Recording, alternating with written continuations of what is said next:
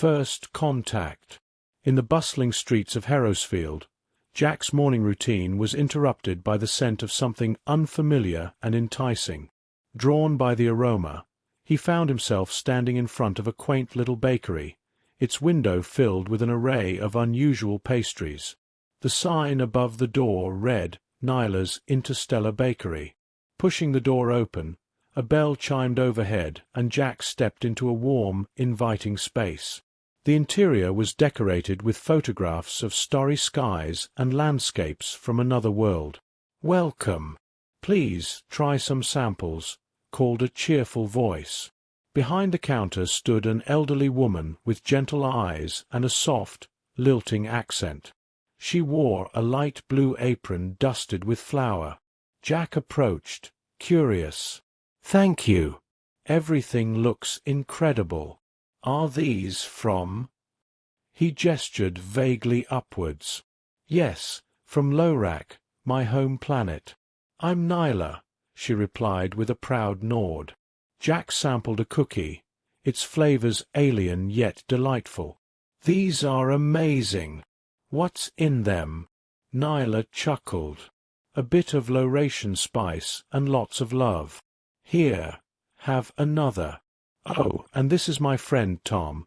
She gestured to a tall man who had been arranging pastries in the display. Tom waved a hand, his smile welcoming. "Nice to meet you." "I'm Jack," he said, returning the smile. Tom joined them, wiping his hands on his apron. "First time at Nyla's, huh? Wait until you try the crescent rolls. They're out of this world, literally."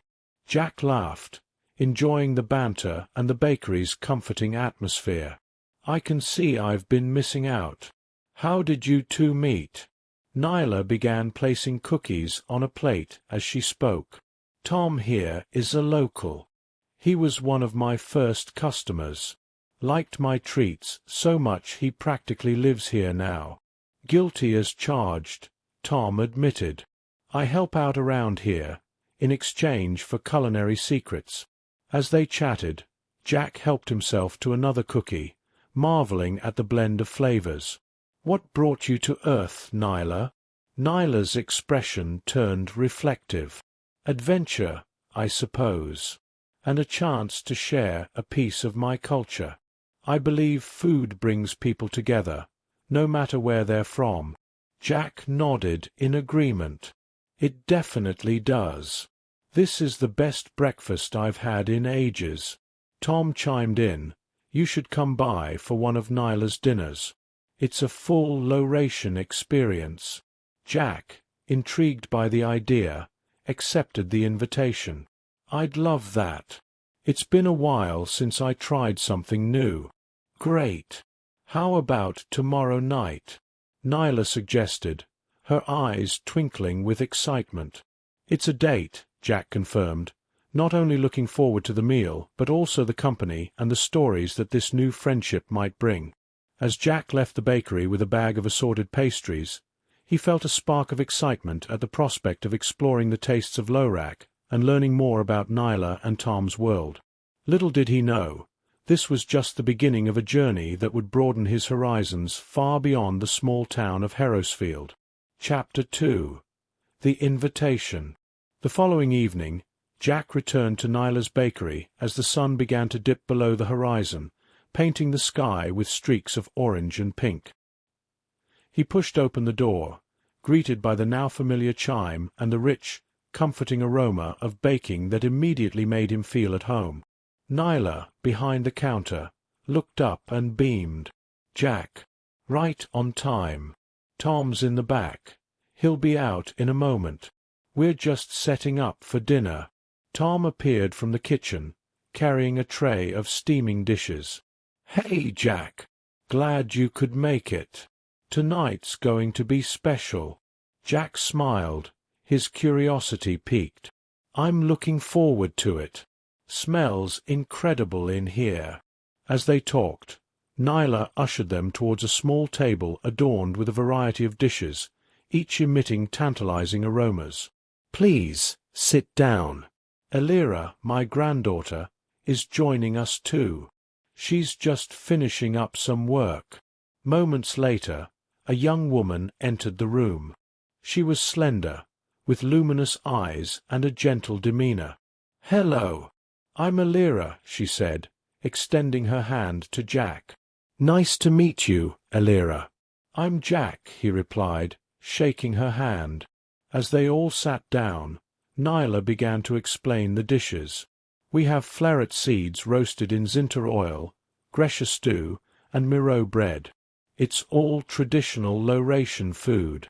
Tom served the food, and they began to eat.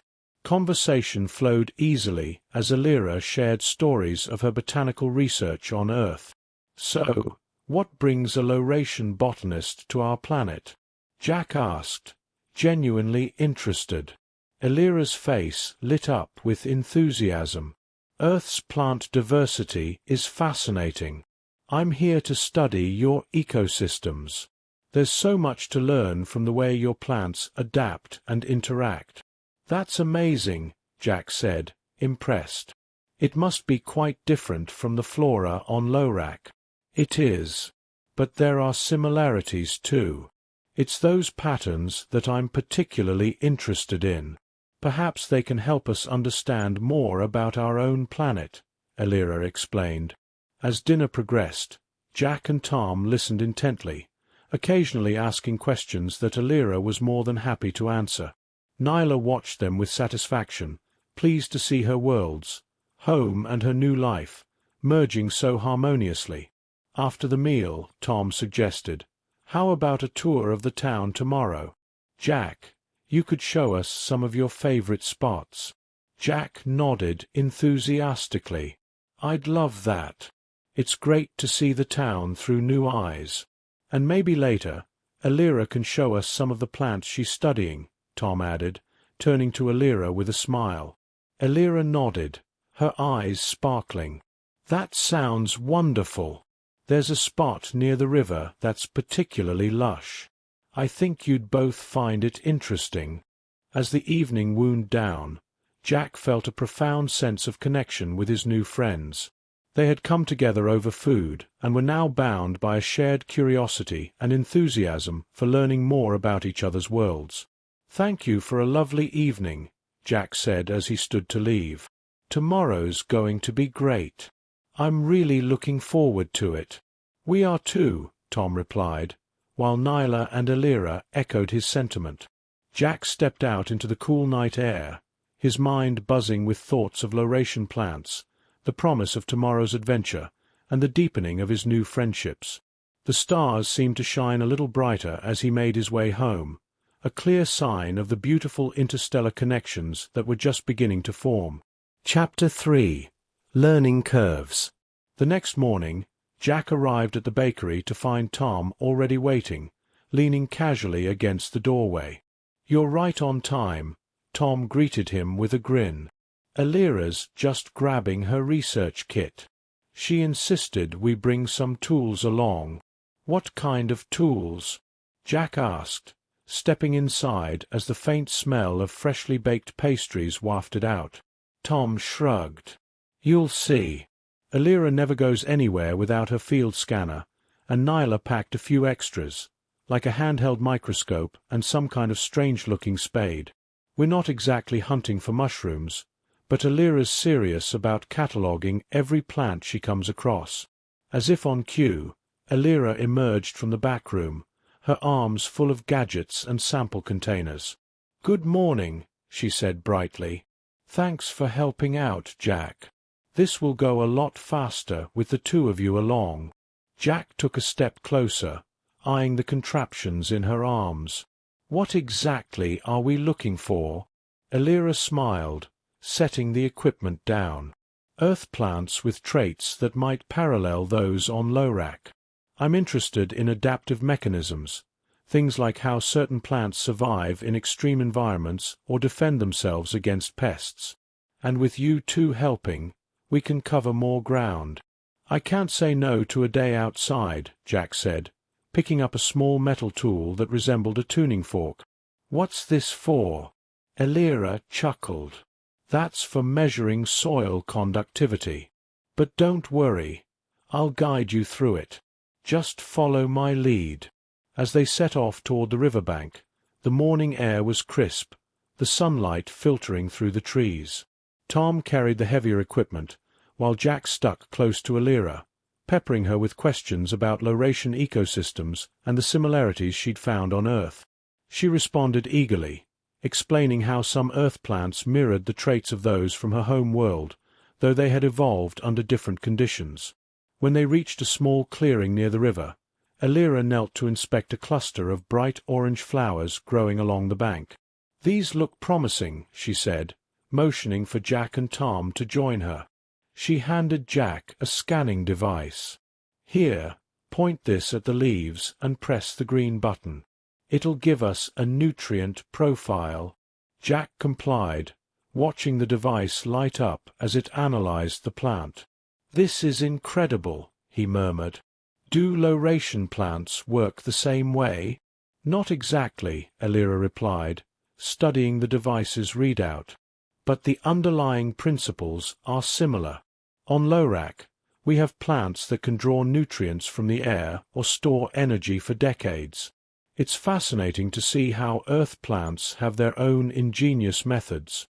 "Careful, Jack," Tom teased. "She'll turn you into a scientist yet." Jack grinned. "I wouldn't mind learning more. This is all pretty fascinating."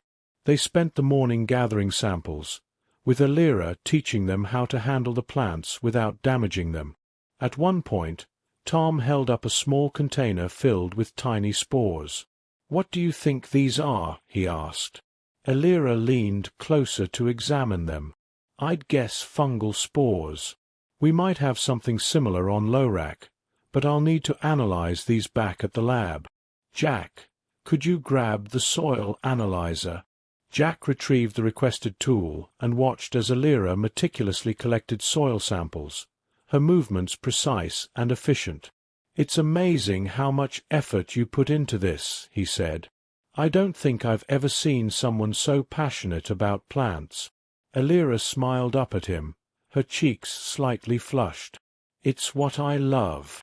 And it's even better sharing it with people who are curious." Tom chuckled. "She's been like this since she was a kid. Always exploring, always experimenting. Not always successfully," Alira admitted with a laugh. "But that's part of the process." By the time they returned to the bakery in the late afternoon, the three of them were tired but satisfied. Nyla had laid out a spread of refreshments, and they sat around the table, recounting their discoveries. Jack listened as Alira explained her preliminary findings, her enthusiasm infectious. "You've got a knack for this," Tom said, raising a glass of lemonade. "Who knows, Jack? Maybe you'll end up working with Alira full-time." Jack laughed, but he couldn't deny he felt a pull toward something bigger. The day had opened his eyes to new possibilities, and the camaraderie he'd found with Alira and Tom made him feel like part of something meaningful. "Well, if I ever switch careers," he said with a grin, "I'll know where to start." Chapter 4. Cultural Fusion. The evening's dinner was held in Nyla's small but beautifully decorated dining room, lit by soft, shimmering lights that reminded Jack of constellations. The table was laid out with both Lauratian dishes and Earth classics, an array of colors, textures, and aromas that made Jack's mouth water. Tom was already there, arranging plates and joking about how Nyla wouldn't let him near the stove. "I swear, the moment I try to help cook, she chases me out," Tom said, grinning. "Says I ruin the recipes." "Only because you try to improve them, dear," Nyla replied with a good-natured wink. Jack chuckled as he took his seat. Across the table, Alira was placing the last of the dishes, a soft smile playing on her lips. Her presence was as warm and inviting as the food, and Jack felt a little more at ease. The meal began with Nyla offering a toast to new friends, shared stories, and the joys of discovery. As they clinked their glasses, Jack couldn't help but notice how Alira's eyes lit up. She seemed as excited about this evening as he was. "So, Jack, Nyla began as they started eating. "Tom tells me you've been showing Alira around town. How's that going?" "It's been great," Jack replied. "I think I've learned just as much as I've shown. Alira's got a way of making even the ordinary seem extraordinary." Alira glanced at him, a hint of pink in her cheeks. "Well, your local knowledge has been invaluable. I'm starting to feel more connected to this place, thanks to you." Tom smirked. "Looks like we've got a cultural exchange program going right here." They laughed, and the conversation flowed naturally. Nyla shared a few humorous stories from her early days on Earth, how she'd mistaken a garden gnome for a local deity, and how she'd tried baking bread in a barbecue grill before understanding human ovens. Jack found himself opening up, talking about his own travels and the peculiar little moments that stuck in his memory. The highlight of the night came when Alira pulled out a small, stringed instrument that resembled a mandolin but had a distinct alien design. "I thought I'd share a Lauratian song," she said, her voice shy but eager. As her fingers plucked at the strings, the room filled with a hauntingly beautiful melody. It was unlike anything Jack had ever heard. The music seemed to tell a story all its own, a tale of distant stars and the bonds that bridged different worlds. When she finished, everyone sat in silence for a moment, captivated. Then Nyla clapped her hands, and Tom followed with an enthusiastic "Wow. You didn't tell me you could play like that." "I don't get to practice much," Alira admitted, her cheeks still slightly flushed. "That was incredible," Jack said, his voice earnest. "Thank you for sharing that." Alira's gaze met his, and for a moment the noise around them seemed to fade. "I'm glad you liked it," she said softly. As the evening wore on, Nyla produced a tray of desserts, Lauratian sweets that glimmered faintly, as if dusted with stardust. Jack bit into one and was immediately hit with a burst of flavor that was both foreign and oddly familiar. "This is amazing," he said.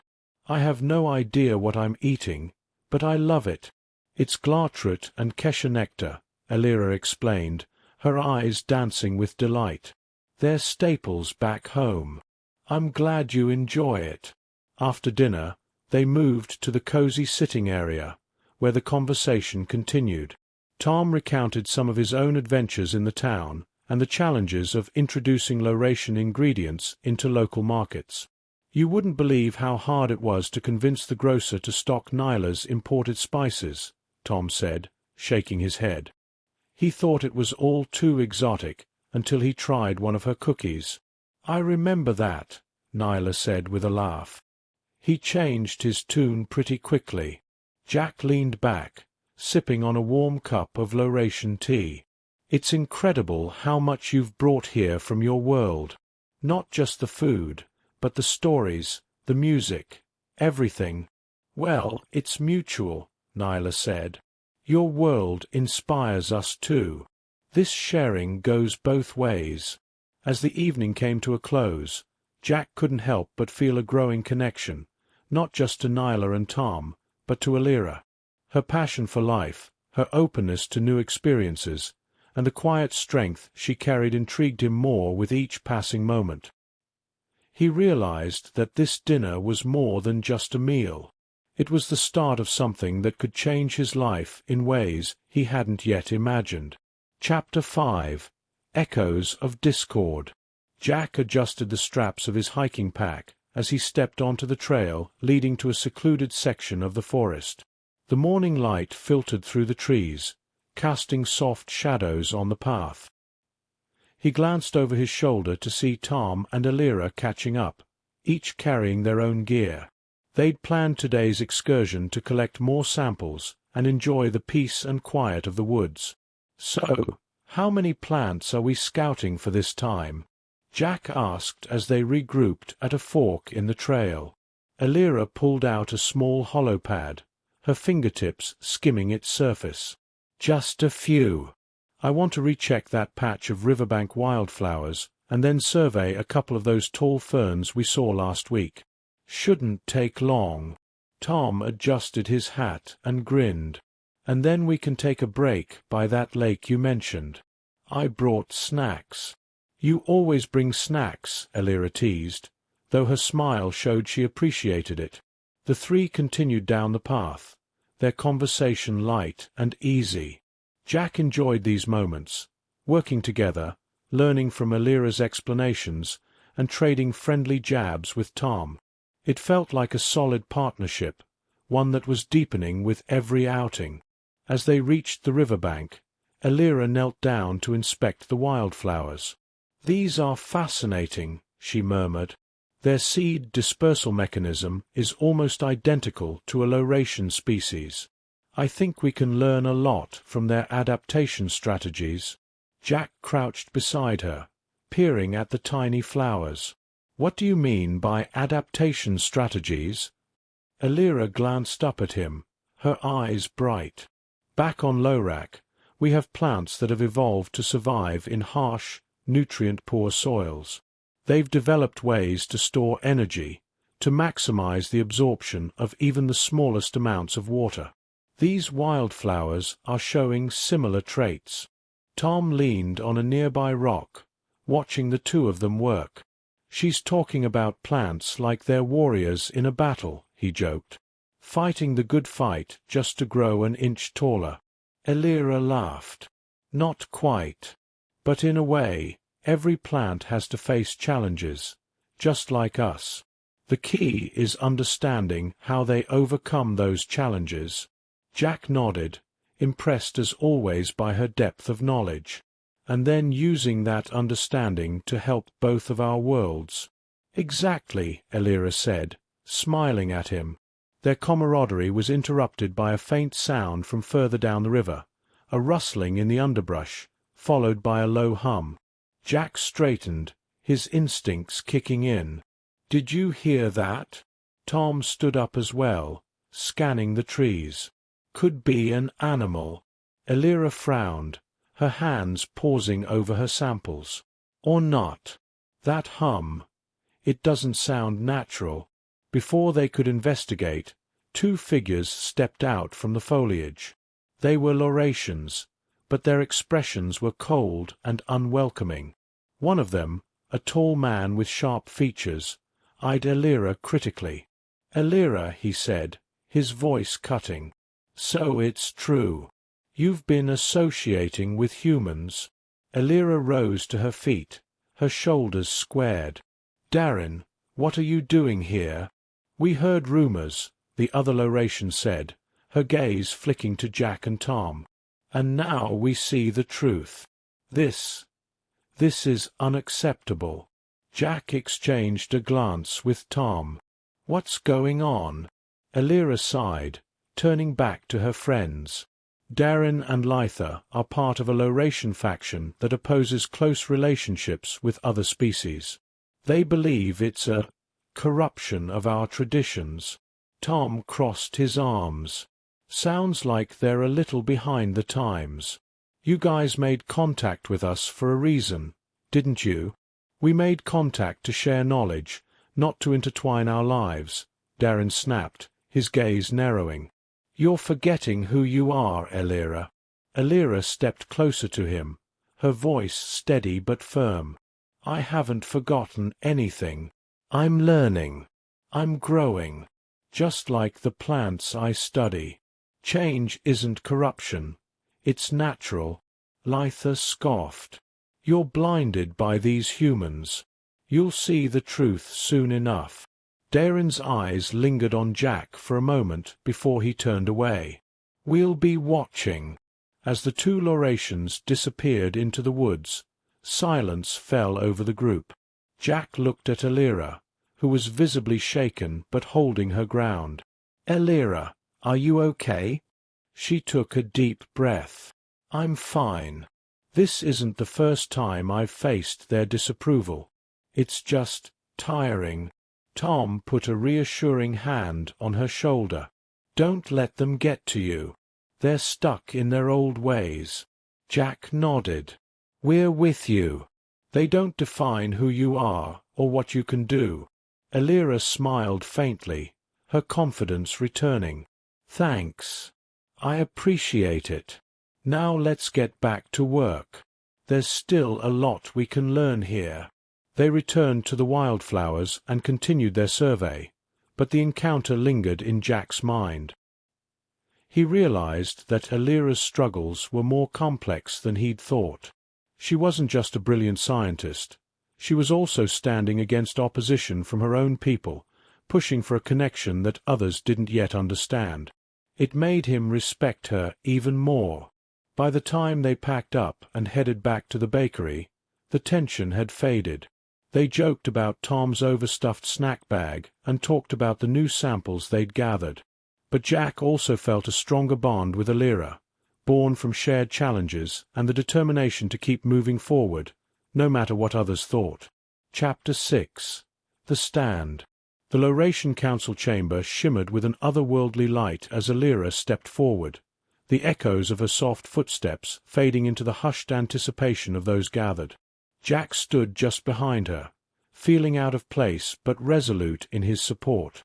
Tom was next to him, his arms crossed in quiet solidarity. Alira cleared her throat, her voice calm but steady.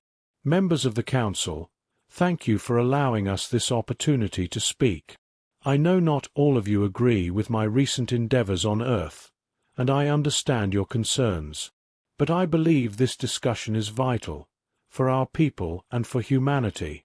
One of the Council members, a tall Lauratian with emerald-tinted skin, tilted her head. "We have heard the rumors, Alira. It's said you've grown too close to the humans, and that this relationship clouds your judgment. What defense do you have against these claims?" Jack stepped forward before Alira could respond. "Excuse me," he said, his voice carrying a hint of nerves but firm nonetheless. "I'm Jack, one of those humans you're worried about, and I want to make something clear. We're not trying to change Alira.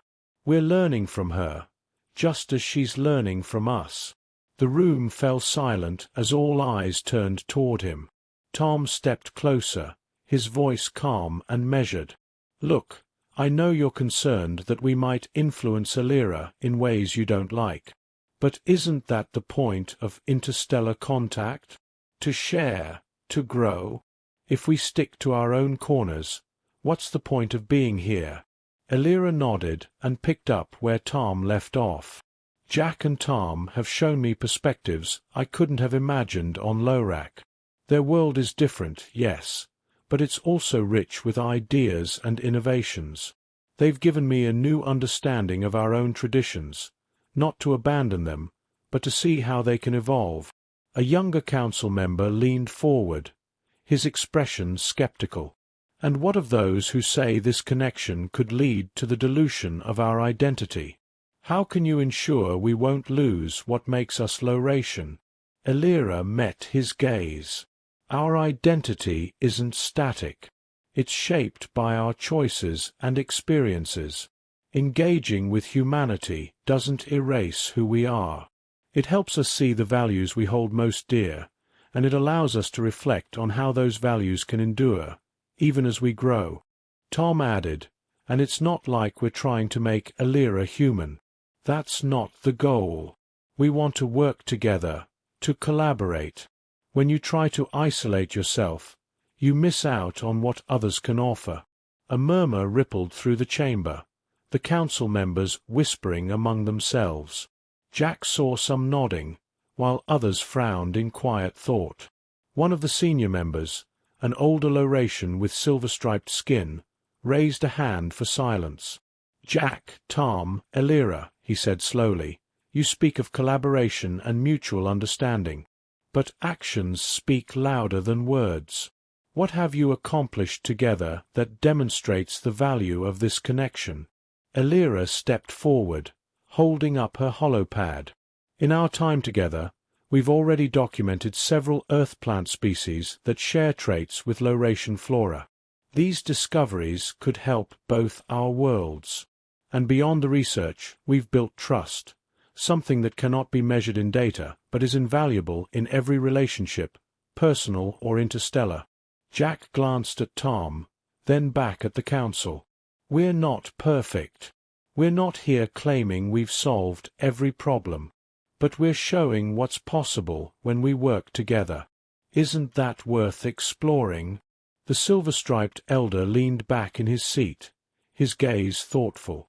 What you've presented is compelling. Change, after all, is inevitable. It is how we approach that change that defines us. Another council member, who had remained silent until now, finally spoke. Perhaps it is time we consider not only what we might lose, but also what we stand to gain. If we turn away from every connection, we close ourselves off from a universe of possibilities. Jack's shoulders relaxed slightly. He could sense the tide shifting. Tom nudged him with a small grin. I think they're starting to get it. Elira offered a calm, hopeful smile as she addressed the council again. This isn't just about me. It's about all of us. It's about finding ways to work together, to respect one another's traditions while forging something new. That's not betrayal, it's growth. The chamber was silent for a long moment. Then, the elder spoke again. Very well. The council will deliberate. But know this, Elira. Your courage in bringing this matter before us will not go unnoticed. We thank you, and your human allies, for presenting your case. With that, the meeting concluded. As the three of them stepped outside into the soft glow of Lorak's twin moons, Elira let out a breath she hadn't realized she was holding. Do you think it'll work? Jack asked. I don't know, Elira admitted. But I think they're starting to understand. Tom clapped her on the shoulder. One step at a time, right? Besides, I'd say you made quite the impression. Jack nodded, a sense of pride welling up inside him. They hadn't won over everyone, but they'd stood together and made their voices heard.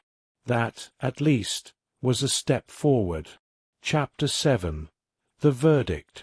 The tension in the Lauratian council chamber was almost tangible. Jack stood beside Elira, watching the senior members whisper among themselves at the high table. Tom, seated a few steps back, offered a quiet thumbs-up when Jack glanced his way. They had presented their case as best they could. Now it was out of their hands. Elira kept her expression neutral, though Jack could tell by the slight tilt of her shoulders that she was on edge. "What do you think they're saying?" Jack whispered.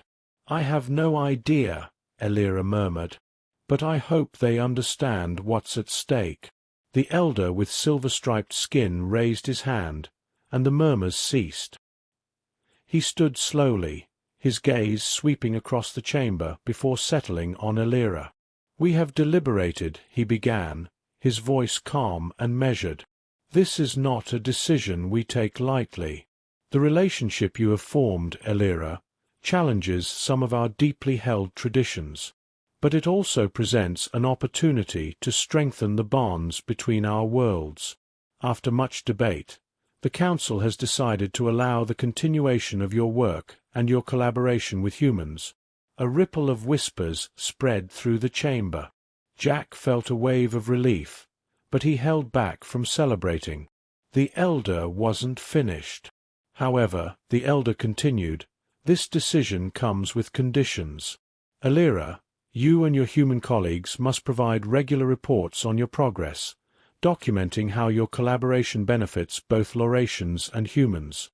Additionally, any significant changes in the nature of your relationship must be disclosed to this council." Elira inclined her head respectfully. "Understood. Thank you for your consideration." The elder nodded. "We will revisit this matter after one Lauratian cycle. For now, your work may proceed." With that, the session was adjourned. Elira turned to Jack and Tom, her expression still carefully composed. Jack couldn't help but smile. "Sounds like a win to me." Tom clapped Jack on the back. "A win with some strings attached, maybe. But hey, progress is progress." Elira finally let her shoulders relax. It's more than I expected. I thought they might dismiss the idea outright. They couldn't ignore your evidence, Jack said. And your passion. I think it got through to them. As they walked out of the chamber and into the open air, Jack noticed the shift in Alira's mood. She seemed lighter, as if the weight of the council's scrutiny had finally lifted. Tom, however, was already scheming. So, he began, about those progress reports. I think we should make them a team effort. Jack and I can handle some of the data collection, and you can focus on the analysis. That way, we're all contributing. Alira tilted her head, considering his suggestion. That could work. It would streamline the process. And we could keep it interesting, Jack added. Maybe even include some personal insights, how this partnership is changing all of us, not just our work. Alira smiled. I like that idea. Let's show them how this collaboration isn't just functional, it's transformative. Tom raised an eyebrow. Transformative? Big words. Alira. You sure you're not going to scare them off? She laughed. I think they've had enough scares for now. But we'll keep it real, I promise. Jack found himself admiring how naturally Alira shifted from tension to determination. Her ability to navigate these challenges with such grace and clarity was something he found inspiring. It wasn't just about the council's approval anymore. It was about the work they were doing together, the bond they were building, and the shared future they were beginning to envision. As they made their way back to the bakery, where Nyla had promised a celebration dinner, Jack glanced at Alira and Tom. He realized that their success today was a collective effort, 3 different people from 2 different worlds finding common ground and moving forward as a team. Chapter 8. New Beginnings. The celebration dinner at Nyla's bakery had all the hallmarks of a truly joyful occasion. The warm glow of string lights crisscrossed the ceiling, and a long table was set with plates of Lauratian delicacies alongside Earth Comfort foods. Jack couldn't remember the last time he'd felt such an overwhelming sense of community. Alira, Tom, and Nyla moved around the room, greeting friends, sharing stories, and savoring the moment.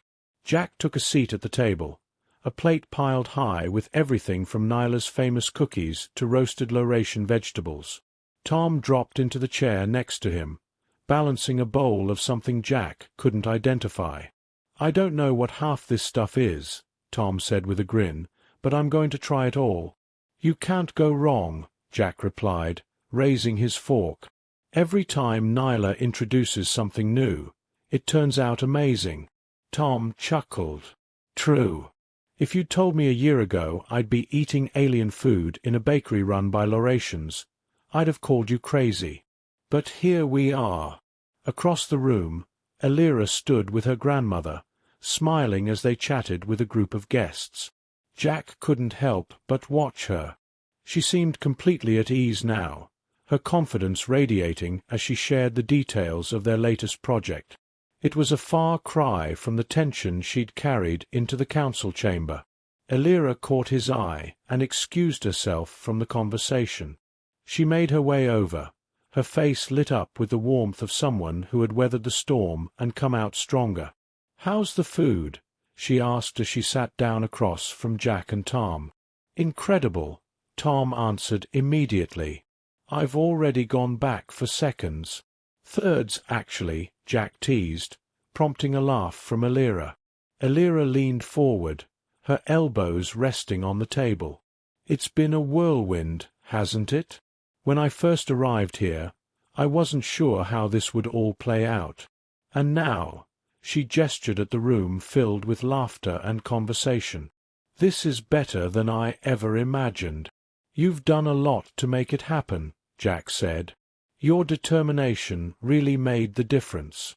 "Not just me," Alira said quickly, looking at both Jack and Tom.